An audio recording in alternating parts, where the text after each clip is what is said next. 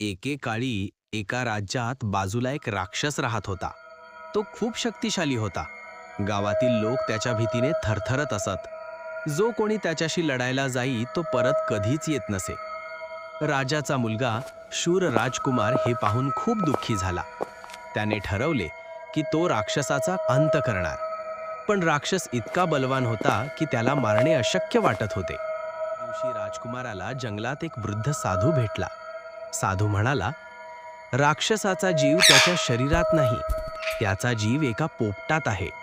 तो पोपट एका जुन्या महालात सोन्याच्या पिंजऱ्यात बंद आहे. राजकुमाराने साधूचे आशीर्वाद घेतले आणि त्या जुन्या महालाकडे निघाला.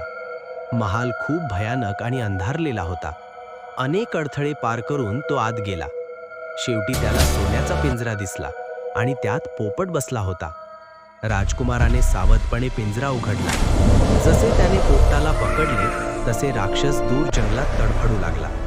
राजकुमाराने धैर्याने पोपटाचे पंख घट्ट पकडले. राक्षस अधिकच कमकुवत झाला. शेवटी राजकुमाराने पोपटाचा अंत केला आणि त्याच क्षणी राक्षसही नष्ट झाला.